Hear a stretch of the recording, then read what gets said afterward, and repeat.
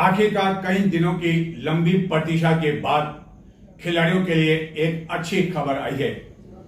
चित्तौड़गढ़ के शहरी क्षेत्र में घोड़ा बादल स्टेडियम की दूरदर्शा को देखते हुए कांग्रेस के कार्यकाल में यहां पर काया पलटने के लिए कदम उठाए गए थे। नगर परिषद द्वारा यहां कार्य तो आरंभ कर दिया गया, लेकिन पर्याप्त बजट का ध्यान नहीं रखा गया, जिसके कारण कार्य अधर झोल में ही रह गया एवं कुछ कार्य हो सका। लगभग 3 वर्ष तक स्टेडियम की इसी तरह की दुर्दशा रही, जिसके कारण खिलाड़ियों को काफी अधिक परेशानियों का सामना करना पड़ा। गत फरवरी माह में हिंदुस्तान जिंक इसके जीर्णोद्धार के लिए आगे आया और नगर परिषद के साथ एमओयू किया और अब आखिरकार शनिवार को इस जीर्णोद्धार के कार्य का शिलान्यास एवं भूमि पूजन कार्यक्रम होने जा रहा है। यह कार्यक्रम चित्तौड़गढ़ के सांसद सीपी जोशी, विधायक चंद्रभान सिंह आकिया की मौजूदगी में किया जाएगा और लगभग 2 वर्ष में इसका जीर्णोद्धार हो सकेगा, काया पलट सकेगी। यहाँ फुटबॉल का एक विशाल स्टेडियम बनाया जाएगा, 2 पवेलियन बनाए जाएंगे एवं खिलाड़ियों की सुविधा के लिए अन्य कई कार्य यहाँ संपन्न हो सकेंगे। लगभग 7 करोड़ रुपए की राशि इस स्टेडियम के जीर्णोद्धार पर खर्च की जाएगी। चित्तौड़गढ़ में शुक्रवार को सायं बारिश होने से गर्मी से कुछ राहत मिली, वहीं काश्तकारों को भी काफी अधिक राहत मिली। हालांकि इस दौरान ठंडी बारिश हुई, कुछ क्षेत्रों में तेज बारिश हुई तो कुछ क्षेत्रों में मध्यम बारिश हुई। चित्तौड़गढ़ एवं राजस्थान में मानसून ने अभी दस्तक नहीं दी है और माना जा रहा है कि 3-4 दिन में पूरे राजस्थान में मानसून की दस्तक हो जाएगी, लेकिन उससे पहले प्री मानसून की बारिश होने से लोगों को गर्मी से कुछ राहत मिल रही है। चित्तौड़गढ़ में शुक्रवार सायं कुछ देर के लिए हुई बारिश के कारण कई स्थानों पर पानी भर गया।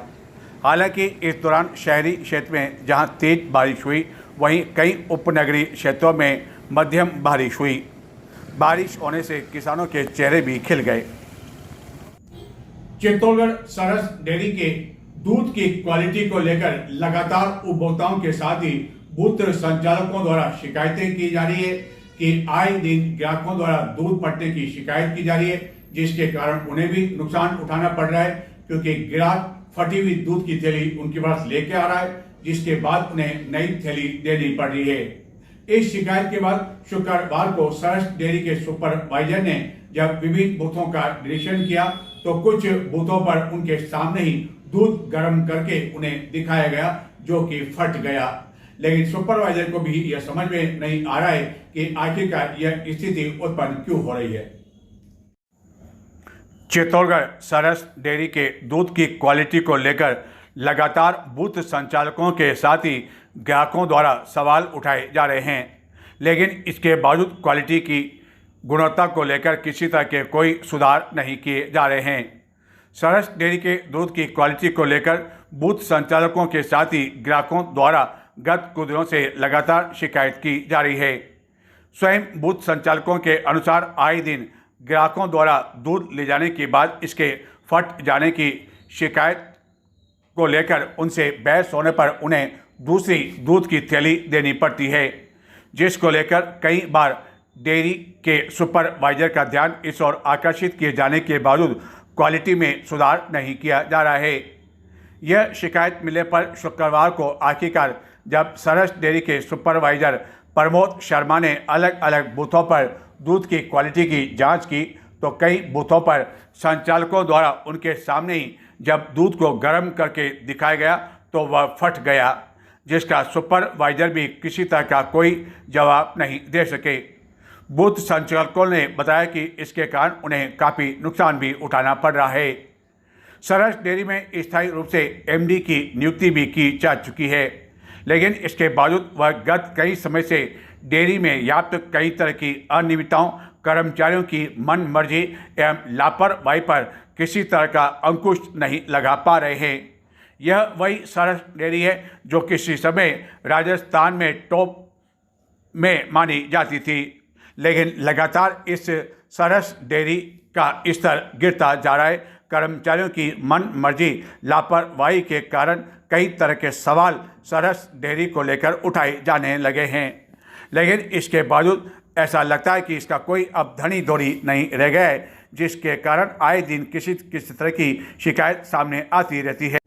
निम्बाड़ा मार्ग पर स्थित निरंकारी भवन में शुक्रवार को भीलवाड़ा जोन का बाल समागम का कार्यक्रम आयोजित किया गया। इस समागम में विभिन्न जिलों के कई लोग एवं बच्चे मौजूद थे। इस अवसर पर एक बाल प्रदर्शनी का आयोजन भी किया गया, जिसमें बच्चों द्वारा अपने हाथों से आकर्षक पेंटिंग आदि के माध्यम से सभी को प्रभावित किया गया। चित्तौड़गढ़ में निम्बाड़ा मार्ग पर स्थित निरंकारी भवन में शुक्रवार को जौन स्तरीय बाल समागम का आयोजन किया गया, जिसमें उज्जैन से आई प्रचारक बहन रुक्मणी भदौरिया ने कहा कि माता पिता और गुरु का सम्मान करने से बच्चों का जीवन सफल होता है और बच्चे जीवन में उत्तरोत्तर वृद्धि करते हैं। बाल संगत इंचार्ज बहन इंदू ने बताया कि बाल समागम में कई जिलों से आए बच्चों आदि ने भाग लिया। इस अवसर पर निरंकारी सतगुरु माता सुदीक्षा महाराज की शिक्षाओं पर आधारित विचार, गीत एवं नाटक आदि प्रस्तुत किए गए। कई महात्माओं ने भी इस समागम का आनंद लिया। जौन स्तरीय बाल समागम के दौरान एक बाल प्रदर्शनी भी लगाई गई, जहां बच्चों ने अपने हाथों से चित्र, प्रोजेक्ट आदि बनाकर सद्गुरु की शिक्षाओं से आशीर्वाद लिया। मिशन के बाल संतों द्वारा बच्चों को सकारात्मक सोच, अनुशासन, संस्कार एवं मानव कल्याण के संदेश प्रदान किए गए। प्यार से बोलना धन्यकार जी। आज ये सतगुरु माता सुदीक्षा जी महाराज की कृपा से बाल संत समागम जोन लेवल का हुआ है, जिसमें पूरे जोन के बच्चे भीलवाड़ा,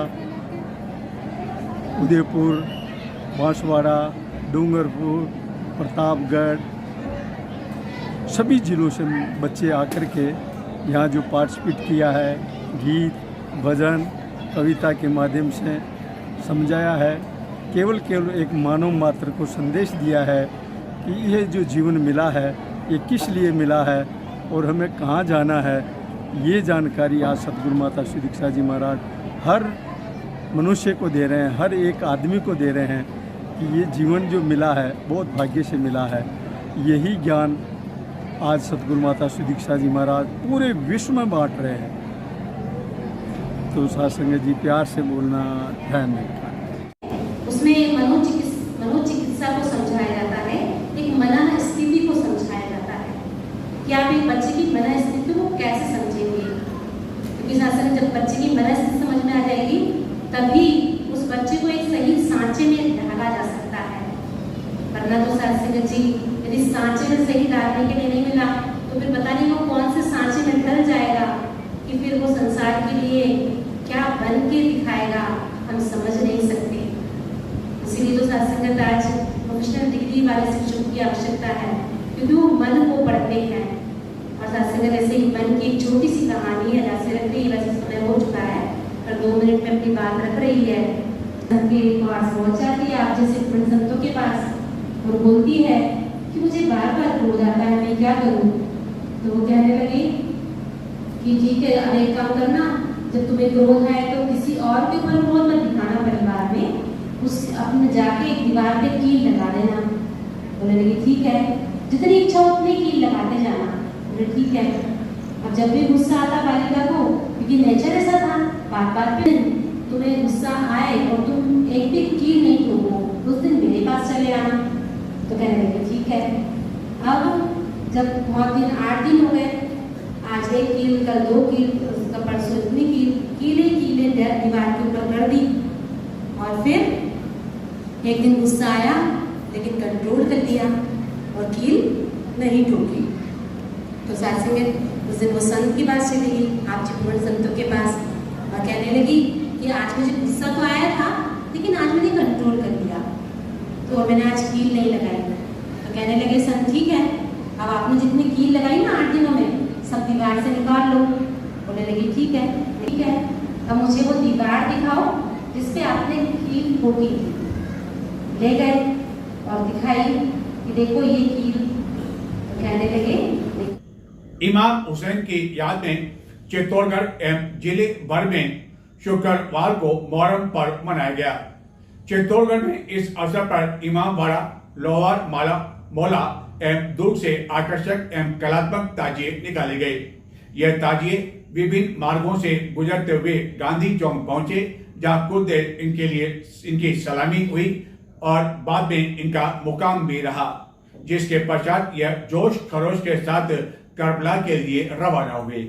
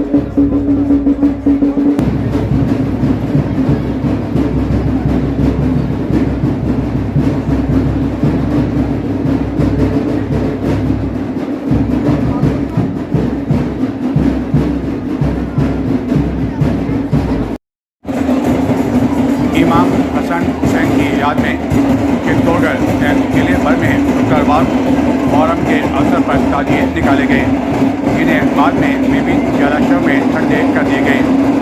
चित्तौड़गढ़ जिला मुख्यालय पर मुहर्रम के अवसर पर लोहार मौला, इमामबाड़ा एवं दुर्ग से ढोल नगाड़ों की मातमी धूम के साथ जुलूस रवाना हुए। इस जुलूस में शामिल मुस्लिम समुदाय के कई लोगों ने अपने हाथों में मेहंदी भी ले रखी थी। मेहंदी लिए हुए चले थे एवं कई महिलाओं के हाथों में भी मेहंदी थी। जुलूस के आगे युवा या हुसैन की आवाज़ बुलंद किए हुए चल रहे थे। यह जुलूस विभिन्न मार्गों से गुजरते हुए अपराह्न पश्चात गांधी चौक पहुंचा।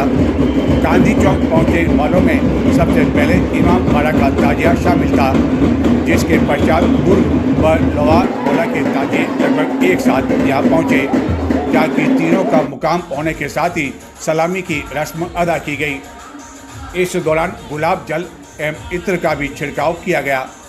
जुलूस में खास तौर पर बाहर से आए कई ढोल नगाड़े वाले अपनी धुन में लगातार ढोल बजाते हुए देखे गए। इस दौरान कुछ देर के लिए बारिश होने से जुलूस में शामिल लोग बचाव के लिए इधर उधर सुरक्षित स्थान तलाश करते हुए देखे गए। यहाँ से तीनों ताजिए एक साथ हुसैनी धुन के साथ रवाना हुए। ताजिए के आगे लोग हैरत अंगेज अखाड़ों का प्रदर्शन करते हुए चल रहे थे। कई लोग मन्नत पूरी होने पर ताजिए के आगे लौट रहे थे, जबकि कई जने ताजिए के नीचे से भी निकल रहे थे। शहर में कई जगह छबील लगाकर शरबत पान कराया गया, तो कई जगह अलीम खिचड़ा खिलाया गया। कई जनों ने रोज़ा रखकर घरों में नमाजे नफिल अदा की तथा फातिया दारूद भी पेश की। इस वर्ष जुलूस को गांधी चौक से पुलिस निर्धारित समय पर करबला के लिए रवाना करने में तो सफल हुई, लेकिन इसके बावजूद गोल प्याऊ आते आते जुलूस विलम्ब हो गया, जहाँ की दरगाह के बाद कुछ देर के लिए पुनः इसका मुकाम रहा। गोल प्याऊ स्थित दरगाह के बाद जुलूस के पहुंचने से काफ़ी देर पहले ही समाज के कई लोगों ने अपना स्थान सुरक्षित कर लिया था, जिनमें कई महिलाएं एवं बच्चे शामिल थे।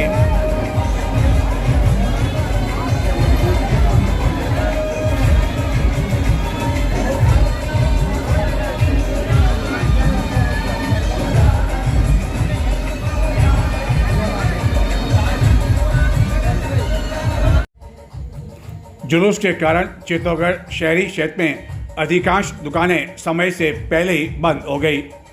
इस दौरान गोल प्याऊ स्थित नियंत्रण कक्ष पर आला अधिकारी निगरानी के लिए मौजूद थे, जबकि कई पुलिस अधिकारी एवं पर्याप्त जाब्ता पुलिस इस जुलूस के साथ भी तैनात थी। गोल प्याऊ से यह जुलूस रात्रि को जोश खरोश के साथ करबला के लिए रवाना हुए। इससे पूर्व गुरुवार को शहादत की रात अकीदत के साथ मनाई गई।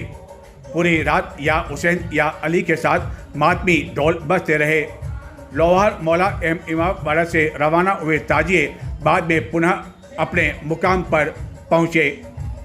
10 मुहर्रम शरीफ पर समाजजनों ने सवेरे कब्रिस्तान जाकर अपने बुजुर्गों की कब्र एवं मजारों एवं दरगाह में जियारत कर अकीदत से फूल, इत्र, गुलाब, जल, खुशबू आदि पेश कर दुआएं की। तमाम शहीदान ने करबला वालों की याद में घरों में भी फातिहा खानी व दुआएं की गई। इस अवसर पर चित्तौड़गढ़ जिले के निम्बाड़ा, बेगू, कपासन समेत अन्य स्थानों पर भी जुलूस निकाले गए एवं अन्य कई कार्यक्रम आयोजित किए गए, जिसमें बड़ी संख्या में मुस्लिम समाज के लोगों ने बढ़ चढ़कर पूरे जोश और उत्साह के साथ भाग लिया।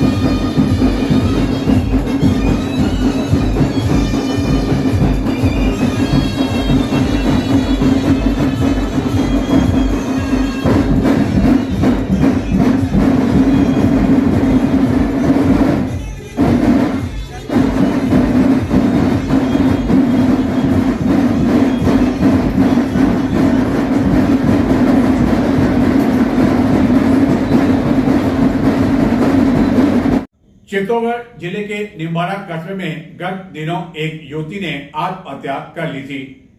परिजनों द्वारा उसका अंतिम संस्कार भी कर दिया गया, लेकिन अब इस मामले को लेकर परिजनों ने पुलिस को शिकायत की कि एक युवक लगातार उनकी पुत्री को परेशान करता था और उसका सुसाइड नोट भी मिला और इसी परेशानी के कारण उसे आत्महत्या जैसा कदम उठाना पड़ा। इस पर पुलिस द्वारा उपखंड अधिकारी की अनुमति लेने के बाद कब्र से शुक्रवार को शव पुनः निकाला गया और बाद में मेडिकल बोर्ड से मृतका का पोस्टमार्टम करवाया गया। चित्तौड़गढ़ जिले के निम्बाड़ा कस्बे में गत दिनों एक युवती ने फांसी का फंदा लगाकर आत्महत्या कर ली थी, जिसके बाद मृतकों के परिजनों द्वारा शव को दफना दिया गया था। लेकिन अब मृतका के परिजनों ने आरोप लगाया कि उनकी पुत्री को एक युवक द्वारा लगातार परेशान किया जा रहा था और उसका एक सुसाइड नोट भी मिला, जिससे यह मालूम हुआ कि यह युवक लगातार उनकी पुत्री को मानसिक और शारीरिक शोषण के साथ ही परेशान कर रहा था।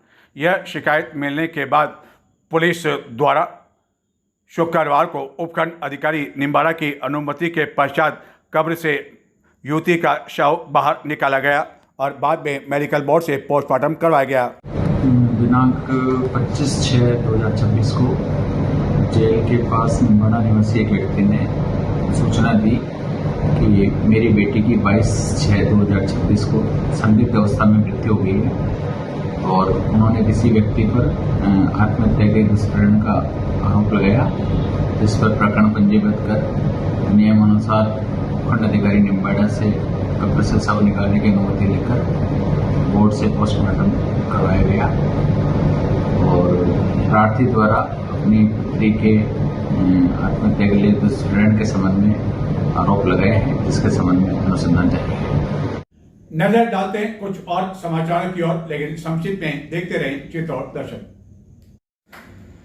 Chittorgarh urban cooperative bank limited के निदेशक मंडल की बैठक बैंक के चेयरमैन डॉक्टर IM सेठिया की अध्यक्षता में संपन्न हुई। इस दौरान विनियोग शाखाओं की कार्यकुशलता बढ़ाने के लिए श्रेणीवार बैठक का आयोजन करने, आगामी सितंबर माह तक पुराने ऋण ग्राहकों से वृहद संपर्क अभियान सहित अन्य कई मुद्दों पर विचार विमर्श किया गया। बैठक में बैंक के निदेशक आदि ने भी कई सुझाव दिए। चित्तौड़गढ़ नगर के सेंती क्षेत्र में स्थित श्री काली कल्याण धाम मंदिर में कल्याणकारी सांवलिया जी की 9 जुलाई को प्रतिमा की प्राण प्रतिष्ठा की जाएगी। इससे पूर्व आगामी 5 से 9 जुलाई तक विभिन्न कार्यक्रम आयोजित किए जाएंगे, जिसको लेकर सभी आवश्यक तैयारियां आरंभ कर दी है। कार्यक्रम के तहत 5 जुलाई को प्रातः 8 बजे शोभा यात्रा का आयोजन होगा। उसके पश्चात अन्य कई कार्यक्रम आयोजित किए जाएंगे। तो ये थे आज के समाचार। नमस्कार।